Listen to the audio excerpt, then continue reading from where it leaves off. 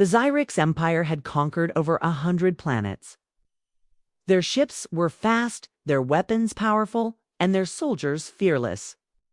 So when they found a new blue planet at the edge of the Orion Arm, they didn't ask questions. They just invaded. They didn't call it Earth.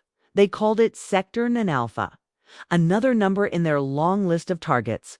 12 large landing ships touched down across the planet's surface. Xyrix commanders were surprised to see no defense, no rockets fired, no human fighters, no resistance at all. The cities looked abandoned, cars left in the streets. Lights off, buildings covered in dust. "It's dead," Commander Vroth said, scanning the ruins of what was once a human city. They either ran or they never had a chance. The air was quiet, too quiet. The Xyrix soldiers set up camps. They brought scanning machines, fuel collectors, and mineral harvesters. It was the perfect target, full of water, metal, energy.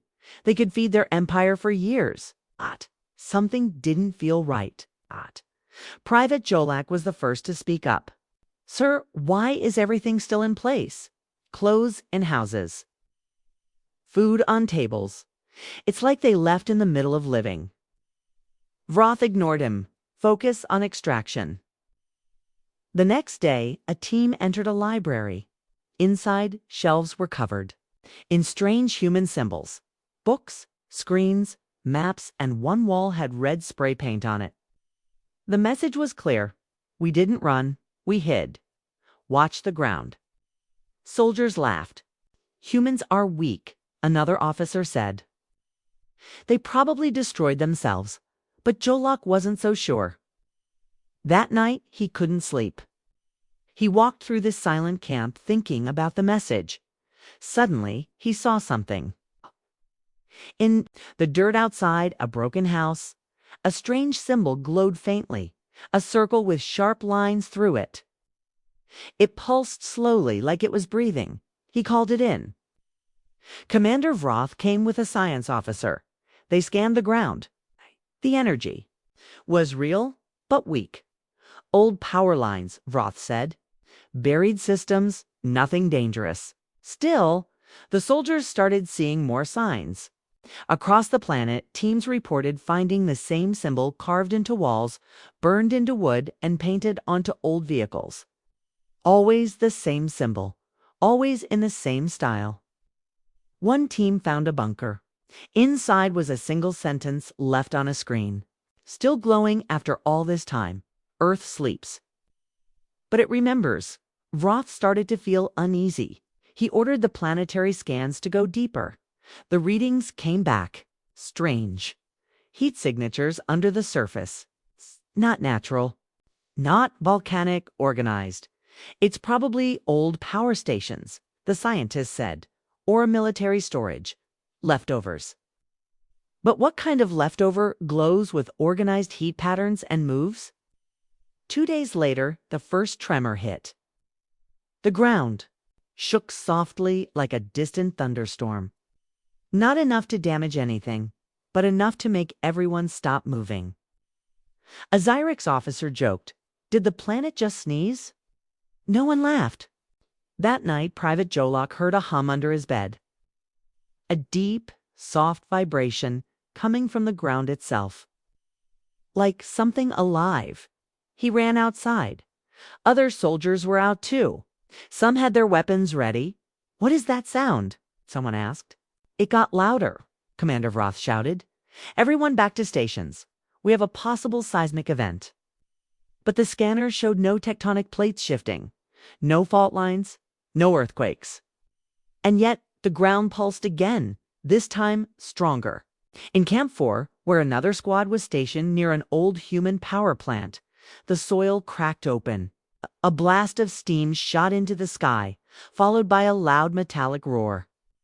A soldier near the crack dropped his weapon and screamed, "It's not a power line. Something's down there." The camp's cameras picked it up, strange shadows moving below the ground just out of focus. That night, the stars over Earth seemed dimmer. A dark haze covered the sky. In orbit, Xyrix commanders aboard the mothership noticed something. Else, the planet's satellite grid had started blinking. Systems they thought were dead were now live. Back on the surface, Private Jolak watched in fear as the soil around the camp began to glow. He looked up. The symbol, the one carved into the buildings, was now glowing on the dirt itself, like it was being drawn from underneath. He whispered, "It's not a warning, it's a seal." A Xyrix medic screamed over the radio, "Get out. The heat is rising from below. It's not the planet teat something in the planet," before anyone could respond. The ground under Camp 4 exploded in fire and light, screams, smoke, static. Commander Vroth looked at the live feed from the camp. The screen flickered, then went black. A final message came through, voice only. They didn't run, they didn't die. They're still here. The sun rose slowly over the ruins of Camp 4, but the Xyrix soldiers didn't come out to greet it. They were gone. No bodies, no weapons, no machines. Only black ash. Commander Vroth stood on the edge of the scorched zone, his armor covered in soot. Behind him, engineers scanned for life signs. Nothing. An underground gas line. Someone? Suggested. Roth shook his head. No heat signatures like that. It wasn't an explosion. It was a release. Private Jolak stood nearby, staring at the strange symbol burned into the ground. It was larger, now almost 10 meters wide. The circle pulsed faintly, as if something underneath was breathing. "We should leave," he said softly. "This planet ... it's not what we thought." Roth glared at him. "No, we don't leave. We find out what happened." More soldiers arrived from orbit, landing in drop pods. The Xyrix Empire didn't give up easy. Vroth ordered Camps 5 and 6 to move into the deeper ruins of a large human city called Los Angeles. But the deeper they went, the stranger things became. The city wasn't just abandoned. It was frozen in time. Food still sat on plates. Traffic lights still blinked red and green. A child's toy spun slowly in the wind. And then came the voices. At first it was only one soldier. He said he heard someone calling his name. The others laughed. "You miss your home planet, Varnak?" But soon, more soldiers reported hearing things. Whispers, footsteps, children laughing, even music. But no humans were found. One soldier, young, strong, experienced, wandered away from his unit. His body was later discovered in an alley. No wounds, but his face showed pure terror, and his mouth was full of dust. Roth tightened patrols. He ordered helmets sealed. Oxygen filters activated. Still the whispers grew louder. Private Jolak led a scan team through the city's underground tunnels. There, they found something disturbing. Walls covered in carvings made after the humans vanished. Strange shapes, words in human language. One message read, "This planet has memory. It holds a grudge." Another message, "They came before. They didn't listen either." Jolak turned to his teammate. "What does that mean? 4?" The soldier could answer. Their lights flickered. Then the ground rumbled again, low, deep, like the growl of a giant beast. The floor beneath them cracked, revealing a hollow tunnel with smooth metal walls not human-made. Jolak radioed back. "Commander, we found something. Some kind of structure. It's massive and alive." Vroth's voice came through static. "Alive? Yes," Sir Jolak replied. "It's humming like a heartbeat." Vroth stared at the map back at camp, the strange heat patterns from the surface. Scansy finally saw the shape. It wasn't power lines. It wasn't natural. It was a network. Something massive, artificial, and buried beneath the entire planet. Each camp had been built above one of the glowing points like pressure valves. And Camp 4. That had been the first one to open. Suddenly, alarms rang out through Camp 6. Screams, static, weapons fire, then silence. A drone feed showed shadows moving in the smoke tall, thin and fast. Faster than any human. One appeared for a second on camera, skin-like stone eyes, glowing white, a mouth full of sharp teeth. The feed cut out. In orbit, Zyric's command ordered evacuation. But Roth refused. "We came to conquer," he said. "We will not run from ghosts." But even he felt fear now. Jolek returned to the surface with samples from the buried structure. Scientists scanned it. "This metal is not from Earth." She said it's older than any human structure. Maybe even older than humans themselves. The sample pulsed in her hand and then melted into dust. "Sir," she whispered, "I don't think humans built this. I think they found it." It changed them. That night, the skies turned red. Not from storms, not from fire, but from Earth's defense system, something ancient and self-aware, finally waking up. Massive shapes began rising from beneath old cities, towers with blinking lights, spheres that hovered silently, and massive black machines that hummed with power. Across the world, all Zyric's communications were jammed. Orbiting ships were blinded. A message appeared on every screen in every language. "You were warned. You didn't listen. You woke the old ones." As Vroth stood before the pulsing symbol near his camp, the ground beneath him cracked. A giant black claw emerged from the soil, dripping with glowing dust. Private Jolok raised his weapon and whispered, "This planet isn't sleeping anymore. It's hunting." Smoke covered the city like a thick blanket. The air was hot, heavy, and filled with static energy. Private Jolok moved slowly through the ruins, pulse rifle ready. Behind him, the rest of the scout team followed in silence. They were searching for survivors, not human ones. Cyric soldiers from Camp 6 had sent a distress signal. But when Jolak arrived, there were no bodies, only gear, weapons, and burned footprints in the concrete. The heat had melted their armor into the ground. Jolak looked at the melted metal. Something dragged them. The squad's medic, Rena, touched the ground. It pulsed faint, like a dying heartbeat. "This planet, it's angry." Suddenly, a loud crack echoed above them. The team turned their weapons upward. One of the old human buildings was shaking. Then, from the rooftop, a dark shape leapt, twisting in midair. It landed on two Zyric soldiers, snapping their bones like dry sticks, fast, silent, unseen. Jolok fired. The creature turned its glowing white eyes toward him, hissed, and vanished into the smoke. Rena shouted, "What was that? Not human?" Jolok replied, "Not animal either." Another shape appeared in the fog, then another. The hunters had awakened. Back at command camp, Commander Vroth watched dozens of red lights appear on the map. "It's marking a destroyed Zyrix unit. We underestimated this planet," he growled. The scientist beside him, Dr. Turek, adjusted her translator and spoke calmly. "I warned you. Earth is not what it seems. It was never conquered because it didn't need to be." "What do you mean?" Vroth asked.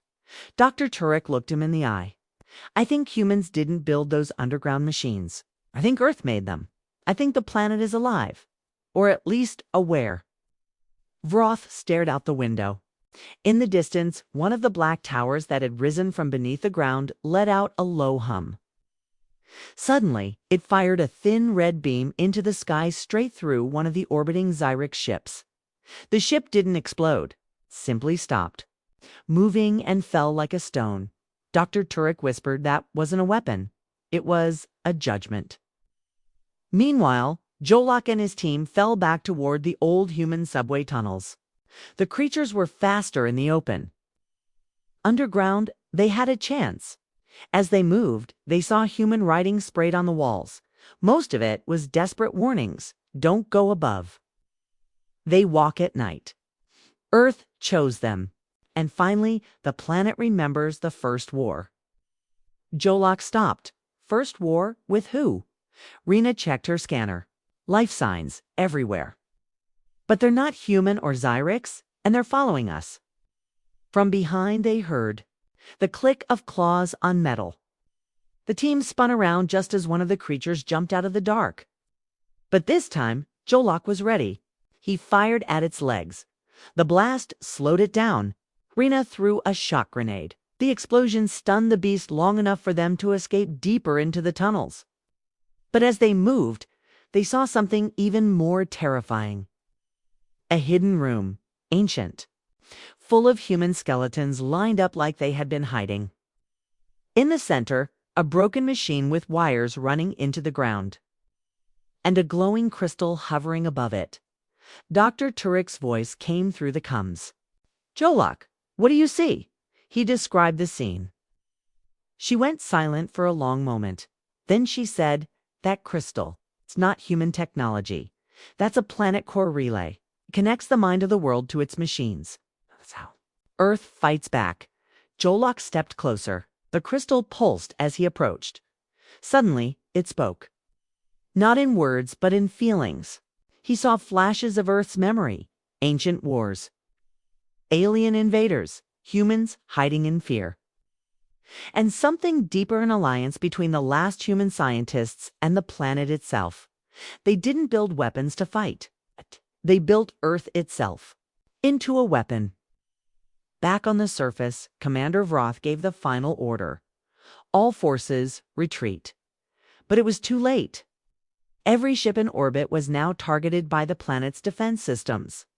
One by one, they were struck by red beams or brought down by unknown energy waves. The Zyrex were losing a war they never truly began. As Jolok and his team climbed back to the surface, he looked out at the city's skyline. The towers now glowed with energy. The creatures walked among them, not wild, but guardians, Rena whispered. Earth didn't need soldiers. It became the army. Jolok nodded. They weren't just invaders. They were trespassers on a living memory. The planet was just getting started. The skies were dark now, not from night, but from smoke, clouds, and burning ships. Above Earth, the once powerful Zyrex fleet was broken. Below, the survivors scattered like insects. Commander Vroth stood inside the shattered remains of the command camp. His armor was cracked. His pride, worse. "We didn't lose to humans," he whispered. "No," said Dr. Turek, her voice cold. "You lost to something older, something deeper." She pointed to a cracked screen still showing the red crystal Jolok's team had found. That was Earth's brain. It remembers, it protects. Vroth turned. "Are you saying the planet is alive?" "Not in the way you think," Turek said. "Earth isn't a person. It's a memory, a system, a weapon of history. It learned from every war fought on its soil. And now, it's using that knowledge against us." Jolok and Rena climbed through the subway tunnel until they reached a sealed hatch. It opened on its own. They stepped into a huge chamber. The walls were metal but covered in vines. Screens blinked with symbols neither of them could read. Yet something inside them understood. Images appeared. Earth, long ago. The first alien ships, the panic, the underground cities. Human scientists working beside machines. Jolok's mouth was dry. They were hiding. All this time, building. The images changed. A message began to form, not in sound, but emotion. "You were warned. You did not listen." The crystal pulsed. "This world is not yours. It remembers the last invaders. It remembers everything." Suddenly, the ground shook. Up above, a deep howl echoed through the ruins of the city. Back on the surface, Zyrex soldiers had set up temporary defenses. It didn't matter. The Guardians were faster, smarter. They used shadows, smoke, and knowledge of every alley, every wall. Sergeant Prill fired into the darkness but saw nothing. Just one sound, a slow, steady thump of footsteps getting closer. Then it came. A creature with human bones but machine skin. Glowing red spine. No eyes. Just a black face like glass. It moved like liquid and tore through her unit in seconds. She screamed into her coms. "They know where we are. They know how we think." Dr. Turek, listening from command, answered quietly, "Yes, they've fought us before. Not us, exactly, but something like us. Other empires, other conquerors. Earth has a pattern. It learns, it waits, then it strikes. In the hidden chamber, Jolik stepped closer to the glowing floor. New images appeared. This time, it was him, his face, his name. It showed his arrival, on Earth. The first time he stepped off the ship, the moment he laughed at the abandoned city. Then the message changed again. You are still alive because you listened. You still can leave. Others will not. Jolik turned to Rena. It knows us. It sees us. Are we prisoners? She asked. No, he said. We're witnesses. Commander Vroth gathered what was left of his officers. We leave now, he growled. No honor, no victory. Just survival. But as they prepared their last ship, the ground cracked open. From beneath, giant pillars rose each, one covered in symbols from different alien languages. One officer whispered, "What are those?" Dr. Turek answered, "Tombstones." The Zyrex stepped back. Turek continued, "Every empire that came here, every species that tried, Earth didn't erase them, it remembered them. Each pillar lit up, showing names, faces, ships, history. It wasn't just a planet, it was a graveyard of arrogance. And now Zyrex was the next name carved in stone. Back in the chamber, the floor began to glow brighter. The message pulsed again. Leave or stay and become part of the memory. Jolok stepped away. He felt something cold press against his thoughts. Not pain, just warning, I think. We've been allowed to go, he said. Rena nodded. Then we go. As they left the chamber, the hatch sealed behind them. The tunnels collapsed in silence. But they knew it was still there, watching, recording, waiting for the next visitor who would not listen. In space, the last Zyrex ship escaped orbit. Commander Vroth didn't speak. He simply stared out the window. Below, Earth spun slowly. Calm, blue, beautiful, deceptive. Dr. Turek broke the silence. We thought it was just another planet. We were wrong, Roth said. He turned to her. You said Earth remembers. So what will it remember about us? Turek looked down. Not much, she said. You came. You invaded. You died. As the ship left the system, one last signal echoed behind them. A single word repeated across hundreds of ancient alien languages. Remember? Because that's what Earth did best. It remembered every wound, every war, and every invader who thought it was weak. The Zyrex command ship drifted silently beyond Earth's orbit. Inside, no one spoke. What had started as an invasion was now a retreat, a defeat. Commander Vroth sat in the dark, staring at a hollow map of Earth. It spun slowly, untouched, calm, like nothing had ever happened. But they knew. The planet had let them go. Not because they want, because it wanted them to leave. And that was worse. Jolok stood by the observation window, watching the blue planet shrink in the distance. Rena walked up beside him. We escaped, she said softly. No, Jolak said. We were released. He held up a data crystal. This was recording during the chamber. The message said something. Strange? You were warned. You did not listen. Now you carry the warning forward. Rena blinked. What does that mean? I think Earth doesn't just fight, spreads memory. It uses us. In the ship's command center, Dr. Turek stood before the officers. She pulled up holograms, images of strange markings found across the planet. Circles, spirals, numbers. These weren't warnings for us, she said. They were messages to Earth itself. Signals, reminders. Reminders of what? An officer asked. That enemies will return, she said, and that when they do, Earth must be ready. One screen changed. A spiral slowly turned into a shape-hand image of the Zyrex fleet. But how? Vroth asked. Kurek's voice was cold. Because Earth has seen us before. Not us exactly, but species like us. It predicts patterns. It's been preparing for visitors like us for centuries.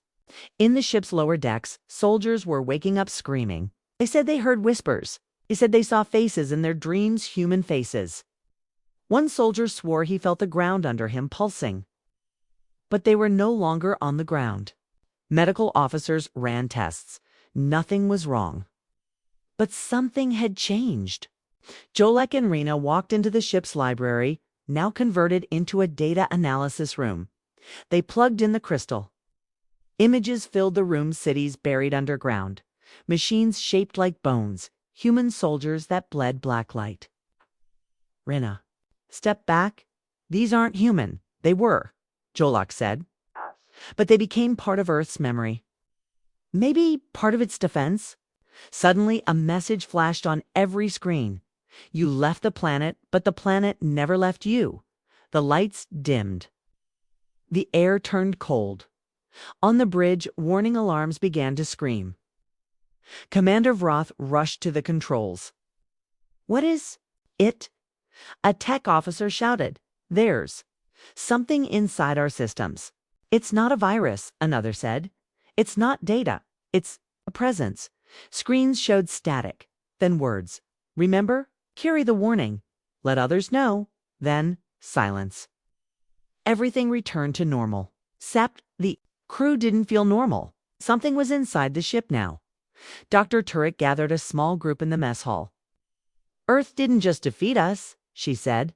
It used us to spread a message. Jolak spoke. The survivors, the ship. Recordings were the warning system now. Vroth slammed his fist on the table. You're saying we're infected? Not biologically, Turek said. Psychologically. Spiritually, Earth placed something inside us. A seed, a pattern. Wherever we go, it will go too. Back in the crew quarters, soldiers began drawing. Strange symbols on walls without knowing why. Some spoke in human languages in their sleep. Others sat and stared at nothing for hours, eyes wide open. The ship's AI started malfunctioning, but scans showed no damage. Only one message kept appearing in logs. The last invaders never warned the next. That will not happen again. Commander Vroth stood once again in front of the observation window. We left Earth, he said, but we're still at war. Turek joined him. Earth doesn't need to chase us. It planted a memory. Jolak entered behind them. So what do we do now? No one answered, because deep inside, they all knew the truth. This wasn't just a defeat. This was a mission. Not their mission, but Earth's. Suddenly, navigation screens blinked. A nearby Xyrex colony was broadcasting a welcome message. They were ready to receive the returning fleet. The officers looked at each other. Do we go there? Someone asked. Jolak looked down at his arm. Small, glowing symbol had appeared beneath the skin one of the Earth warning marks. He said slowly, if we go there, the memory goes with us. Arena's voice trembled. It'll spread. Commander Vroth turned away. We're not going home. Everyone stared. We'll go where no one is. Deep space. Empty systems. We won't risk spreading it. But for how long? Turek whispered. No one answered. Because the truth was clear now. Earth had made them messengers. Unwanted, unseen, unstoppable, not to destroy, but to warn. 5 years passed. The Xyrex command ship had not returned to any known colony. It floated through the dark edges of the galaxy, silent and hidden. Its crew, once proud warriors, were now shadows of their former selves. They rarely spoke. They barely slept. And none of them could forget. Earth's memory lived inside them. In the cold silence of deep space, Commander Vroth sat alone in his quarters. His eyes were bloodshot. His hands trembled. He kept seeing her, the human figure from the ruins beneath London. She didn't speak. She didn't blink. She just stared. Every night, Dr. Turek had tried everything medicine, memory blockers, neural resets, but nothing worked. The Earth memory had become part of them. Sometimes when she closed her eyes, she could feel Earth breathing. It was alive not just as a planet, but as a force. A will. It hadn't killed them. It had transformed them. Jolik and Rena stayed. Near the ship's old escape pods, they had sealed them all. Rena spoke only once a day now. Usually just one sentence, "We carry it." Jolok had stopped asking what she meant. He already knew. One day, a distress signal appeared on the radar. A small alien cargo ship was stranded in a nearby system. Roth ordered the signal ignored. But the ship kept repeating the same words. "We seek help. Please respond. Coordinates attached." Dr. Turek entered the bridge. "We should help them." "Oh," Roth growled. "If we get close, the memory might spread." "We don't even know how it spreads," she replied. "Maybe it already has." The crew stared at each other in fear. Later that night, one of the soldiers named Rith snuck into a launch bay and took an escape pod. No one noticed until it was too late. He sent a final message back. "I had to leave. The dreams won't stop. Maybe if I share them, they will go away." He was heading straight for the cargo ship. Roth slammed his fist into the console. "He'll infect them, just like we were." Jolok spoke softly. "No, he won't. Earth won't let it stop there." They all knew what would happen. Memory would move from Rith to that ship, to others, and eventually it would reach another planet.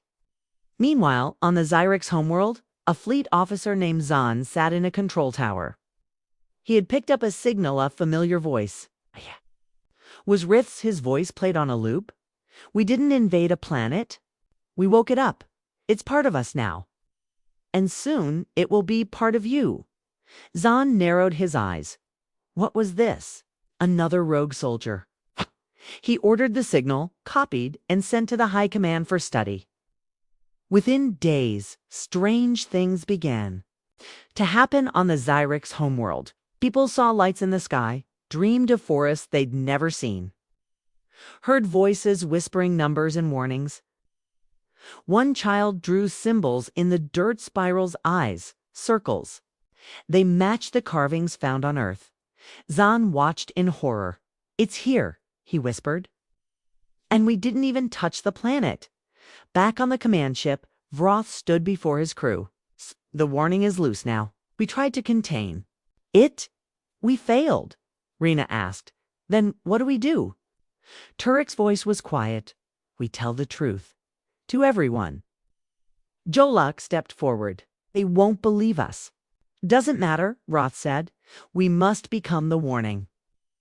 The crew began recording a final message, a broadcast repeating endlessly, in hundreds of languages, across thousands of frequencies.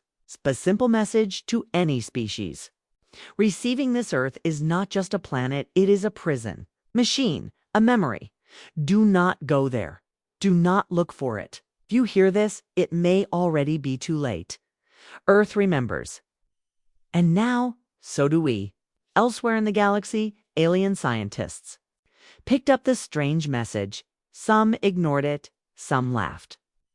But a few paused, because they too had heard whispers in the dark. They too had dreamed of a blue planet. One by one, across the stars, the memory of Earth began to awaken in others. In a faraway system, a young alien girl stared at the stars. She didn't know why, but she drew spirals in the sand. When her father asked what they meant, she only said, "It's coming." Back on Earth, deep beneath the old cities, something stirred. The machines hummed, the ground trembled, and the planet listened. Because the message had not died. It had spread. And the next time someone came, they would already know.